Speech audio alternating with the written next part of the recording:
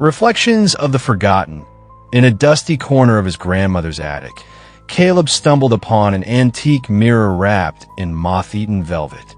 Its surface, though clouded with time, held a strange allure, as though it whispered secrets just beneath the glass. The frame was ornate, carved with symbols he didn't recognize, and cold to the touch despite the summer heat. Drawn by a mix of curiosity and boredom, he hauled it down to his room and propped it against the wall, unaware of the nightmare he had invited into his life. That night, as moonlight spilled across the mirror, Caleb noticed something odd. His reflection didn't mimic his movements exactly. It lagged, hesitated, sometimes tilting its head with a knowing smile Caleb never made. One night, the mirror showed him a scene he'd never lived. A woman sobbing in his kitchen, her hands soaked in blood. The next morning, he found a crimson smudge on the floor where the reflection had shown it.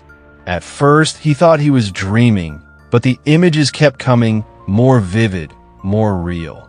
As the days passed, the mirror began showing glimpses of the past. He saw a little girl in his room, playing with a doll, the room decorated as it had been decades ago. He researched the house and learned a family had once lived there. Their daughter, Lillian, had vanished mysteriously. Her face, he realized with a jolt, matched the girl in the mirror. The reflections became darker, more sinister. He saw a man dragging something heavy down the stairs, and the scream of a child cut through the silence. Caleb's sleep turned restless, haunted by echoes of the mirror's visions. One evening, the mirror showed Caleb a version of himself, older, pale, eyes sunken and terrified. The reflection pointed to something behind him. Caleb turned, but there was nothing there. When he looked back, his reflection was no longer his own. It was Lillian, older now, her face hollow, mouthing the words, "Help me." He tried to destroy the mirror, but it wouldn't break. Every hammer, every strike passed through it like mist. It had claimed him, as it had claimed others. The final vision came on a stormy night.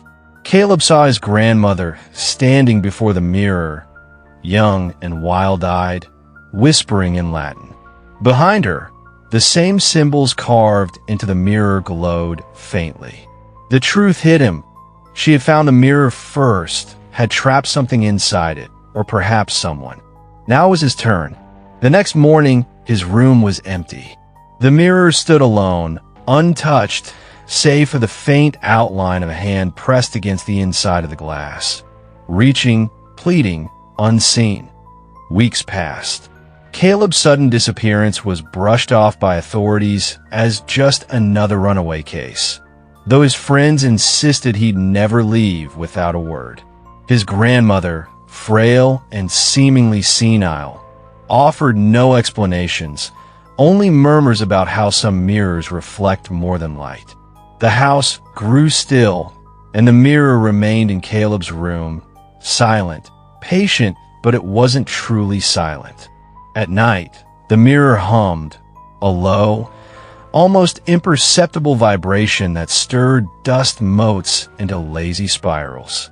Sometimes, shadows flickered across its surface with no source, and a cold draft would slither through the room even when the windows were shut.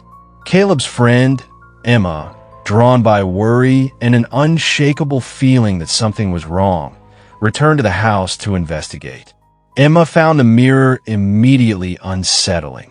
Her own reflection seemed off, too still, too focused. As she leaned closer, the surface shimmered and shifted, revealing a brief image of Caleb, wide-eyed and screaming behind a barrier of glass. She stumbled back, heart pounding. Over the next few days, she returned, obsessed. The mirror showed her pieces of the past, of Lillian, of Caleb, of others she didn't recognize.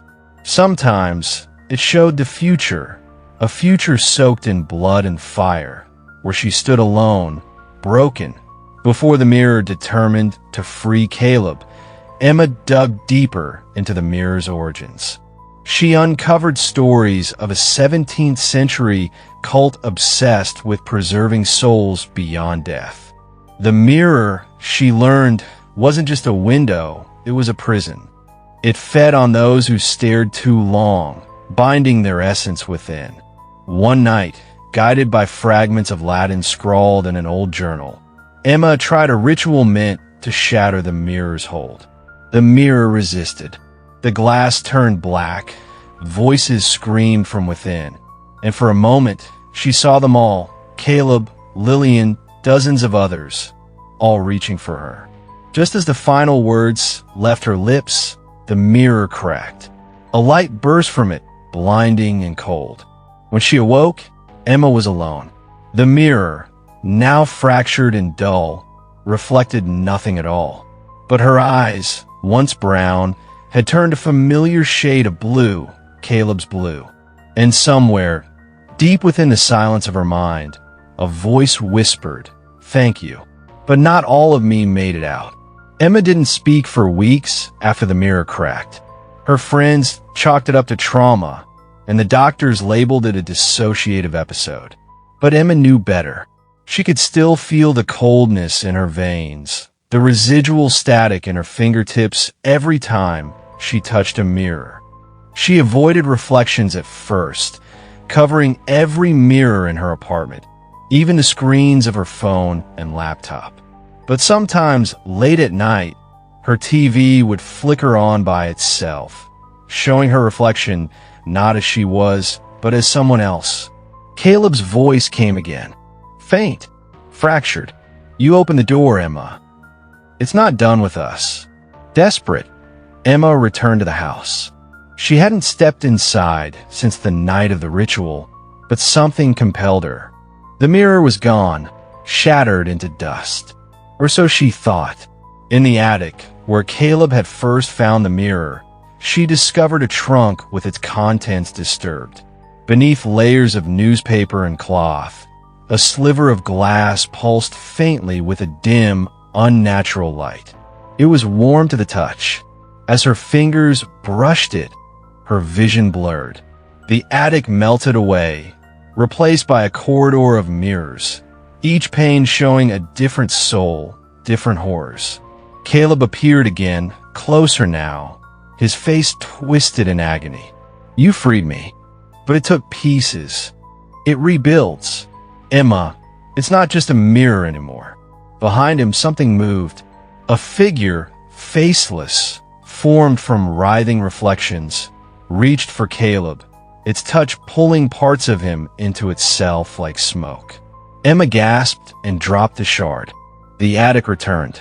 But now, every surface around her shimmered slightly. The mirror had been shattered, yes, but each fragment was a doorway, and the prison was expanding. And deep within her, something stirred. Not Caleb, not Lillian, something older. Something that had waited centuries for someone to set it free. Make sure to subscribe and like for more stories.